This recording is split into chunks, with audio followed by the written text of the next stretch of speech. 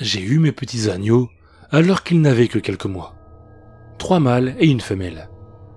C'est avec un peu de honte que je dois avouer qu'ils n'étaient pas à moi normalement. Je les ai volés lors de vacances que je passais dans le sud, très loin de chez moi donc. Heureusement que j'étais venu avec la caravane, sinon il aurait été difficile de les ramener à la maison. Il fait très froid là où j'habite, alors j'avais peur qu'ils ne succombent rapidement à cause du climat régional qui monte rarement au-dessus des 15 degrés. Je les ai donc installés dans la grange, dans laquelle j'avais préalablement préparé un bel enclos. Au début, je leur donnais le biberon. Qu'ils étaient adorables, à téter comme des affamés. Ah, mais ça grandit vite ces petites bêtes. Trop à mon goût. C'est lors de la 4e année que l'un des mâles est tombé malade. J'ai tout tenté pour le sauver. Mais j'ai dû me rendre à l'évidence. Le pauvre était condamné. Je l'ai donc conduit dans la cour, puis je l'ai attaché solidement. Et finalement, j'ai écrasé une grosse pierre sur son crâne. Il a remué pendant quelques instants avant de pousser son dernier souffle. Comme j'ai horreur du gâchis, je l'ai fait rôtir pour tuer l'infection bactérienne et je l'ai mangé. Il était très savoureux, mais ça m'a quand même fait de la peine. Je crois me souvenir que j'ai versé une larme. De longues années se sont écoulées sans autre incident. C'étaient de belles bêtes. Elles ne donnaient pas beaucoup de laine, mais chaque été, je leur passais un petit coup de tondeuse, histoire qu'elles n'aient pas trop chaud.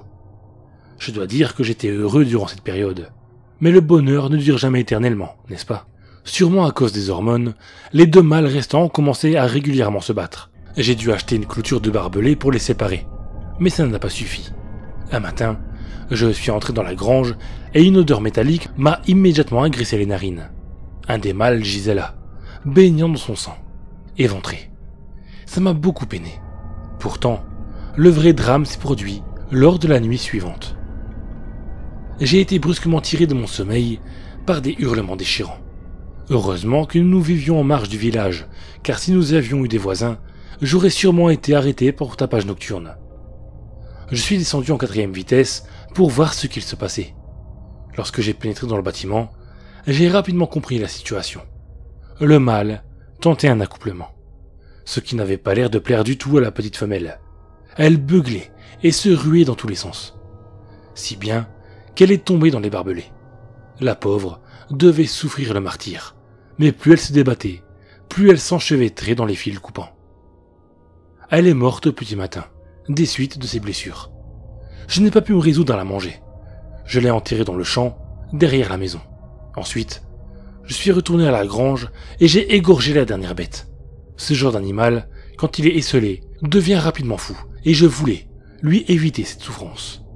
Après ça, j'ai décidé de ne plus jamais avoir d'animaux. Voici les aveux d'Antoine Combe-Sardin, révélés avec une autorisation des autorités à 2 jeunes scénaristes, dans le cadre de son biopic intitulé « Le Berger », actuellement en pré-production. L'homme purge actuellement une peine de réclusion criminelle à vie, après avoir été reconnu coupable d'enlèvement, séquestration et multiples homicides à la suite de la découverte du corps de Lisa, jeune fille de 14 ans, disparue depuis l'âge de 17 mois, retrouvée en bordure de la propriété du dit condamné. Bien que l'un d'eux ait probablement été dévoré, selon les dires du kidnappeur, les corps de Michael, Thomas et Marius n'ont pour l'heure pas été retrouvés.